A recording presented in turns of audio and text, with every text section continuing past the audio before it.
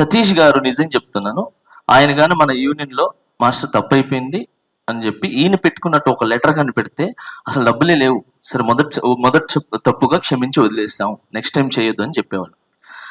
నేనేంటో చూపిస్తా, ఇది ఏమన్నారు అతని పేరు ఎవడు రే అడేడి హరి ఏడి హరి, ఒకసారి రా హరి గారు. మీకు ఇంకో ట్విస్ట్ అంటే ఆయన చెప్పి నేను చెప్తున్నా, అంటే నేను ఎందుకు హైలైట్ చేయడం అని చేసింది, బట్ ఇది ఇంత దూరం వచ్చింది కాబట్టి చెప్తున్నా. హరి, ఈయన మాస్టర్ గారు మీకు మొన్న ఏం చెప్పారు జరిగిన. అందరికీ నమస్కారం అండి.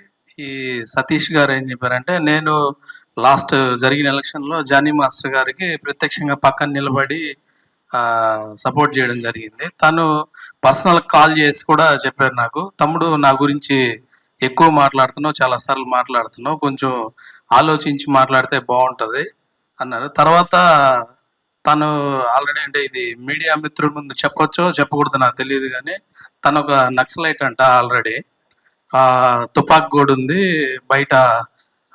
జనరల్ బాడీకి నెక్స్ట్ కానీ వస్తే ఎంత దూరం అయినా తీసుకెళ్తానో దీన్ని. నేను ఆల్రెడీ అదేంది జనజీవన స్రవంతిలో కలిసిపోయి ఉన్నాను, మళ్ళీ నన్ను అలా తయారు చేస్తారని బయట కొన్ని మాటలు రావడం జరిగింది తన ద్వారా.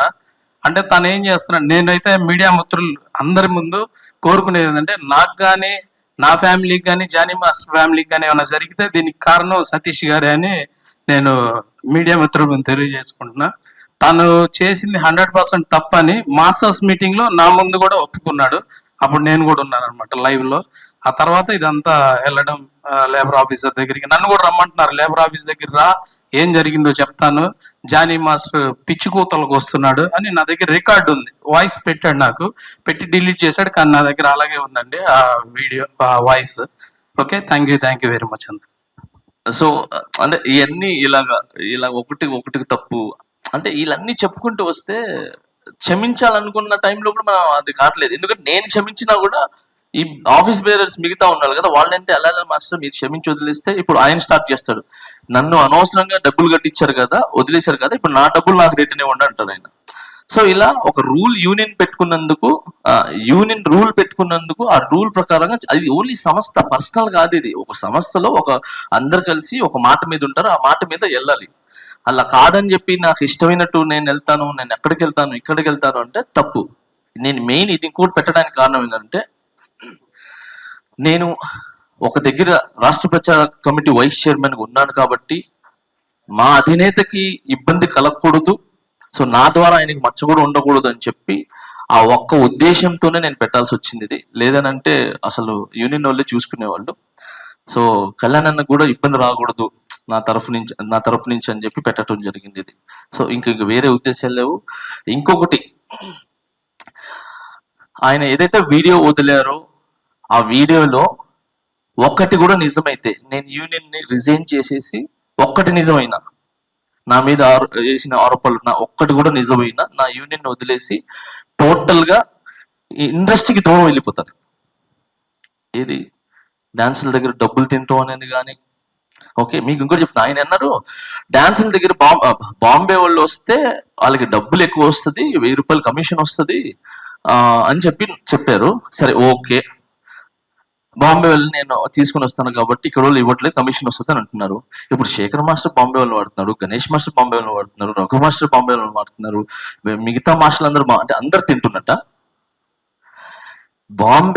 బాంబే డాన్సర్స్ ని వీళ్ళందరినీ బయట ఎందుకు తీసుకుని వచ్చి వాడతామంటే, ఇప్పుడు బుట్ట బొమ్మ బాగుంది అని చెప్పి సంకల్ప గుద్దుకుంటున్నాం అందరూ, మన మాస్టర్, మన తెలుగు మాస్టర్, మన ఇది పెద్ద ఉందని చెప్పి. ఆ వెనకాల ఉన్న డాన్సర్ని చూసారా, బయట నుంచి వచ్చిన వాళ్ళు, అందుకే అందంగా ఉంది. అంటే నేను మా యూనియన్ లో శంకర్ గారి సాంగ్ RC15 జరుగుతుంటే దాంట్లో అందరు ఫారినర్స్ ఉంటే, అది రిక్వైర్మెంట్, అది కావాలి ఆ సాంగ్ కి, అందరు ఫారినర్స్ ఉంటే ఇక్కడ కొంతమంది డాన్సర్ని నేను తీసుకుని వెళ్ళి కూర్చోబెట్టి దిల్ రాజు గారితో మాట్లాడి, సార్ మొత్తం వాళ్ళ కాడుంటే ఇబ్బంది ఉంటే బాగుండదు సార్, సో మనోళ్ళు ఉన్నారు కదా, మనోళ్ళు కూడా ఇప్పిందంటే దాంట్లో సెట్ అవ్వరమ్మా, ఏం చేద్దామంటే మీరే చెప్పండి సార్ అంటే, దిల్ రాజు గారు పెద్ద మనసు చేసుకుని ఏం చేశారు, సరే వాళ్ళు వచ్చి లొకేషన్ లో కూర్చొని హ్యాపీగా తిని పడుకోమని చెప్పండి, ఆ పేమెంట్ నేను ఇస్తాను అని చెప్పి దిల్ రాజు గారు ఏం చేశారు, కూర్చోబెట్టి డబ్బులు ఇచ్చారు.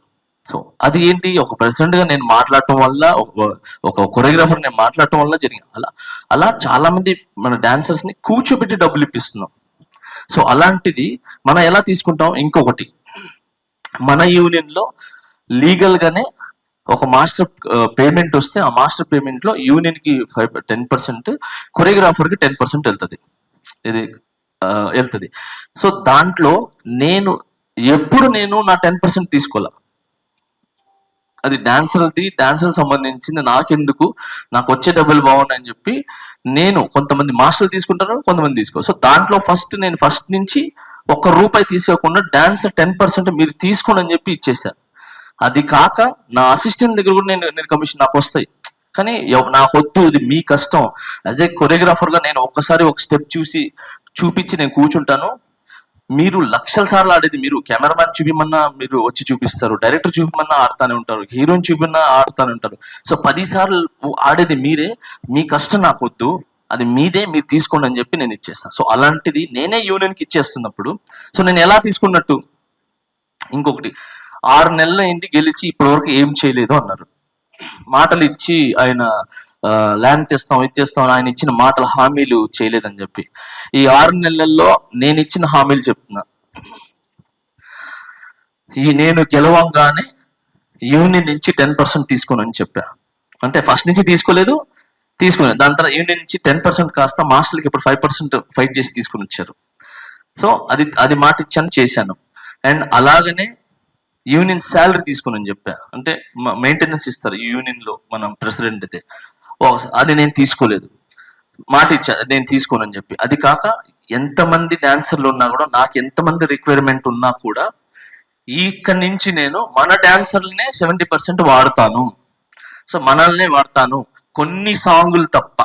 మరీ ఉన్నప్పుడు అప్పుడు కూడా నేను మొత్తం వాడిను 50-50 మ్యాక్స్ వాడతానని చెప్పి.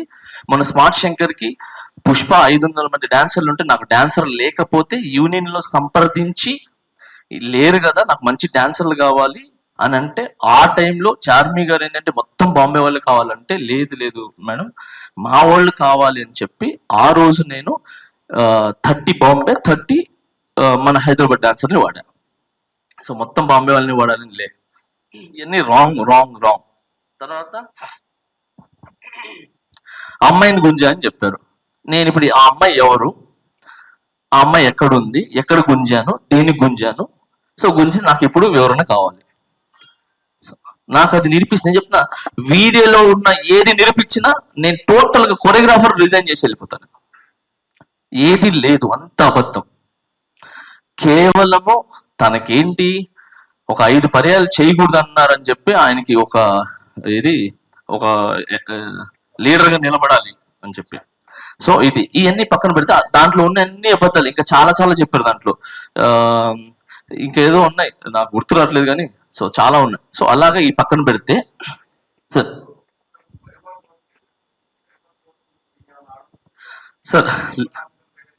అవును సార్, ఓకే సార్. లేబర్ కోర్టుకి వెళ్ళినప్పుడు నేను లేబర్ కోర్టు దగ్గరికి వెళ్ళి గంగాధర్ గారితోనూ తర్వాత శ్యామ్ సుందర్ గారితో మాట్లాడటం జరిగింది.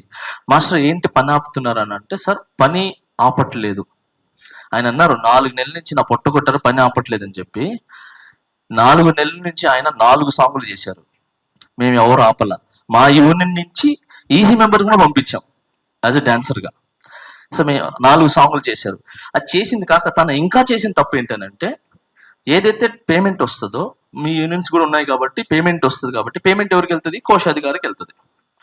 ఓకే, ఆయన కోశాధికారికి ఇవ్వకుండా ఆయనే బయట ఆయన అకౌంట్లో వేసుకొని, ఆయనే పని చేసుకొని, అన్ని చేసేసుకొని డైరెక్ట్ యూనియన్ కి ఆ 10% ఏదో వేసేసిన తర్వాత ఏంటి పేమెంట్ పడిందని మనవాడు అడిగితే, అవును నేను వేసేసాను అన్నాడు. అది తప్పు కదా అని అంటే ఏమన్నా నీతో ఇప్పుడు కూడా చెప్పలేదు.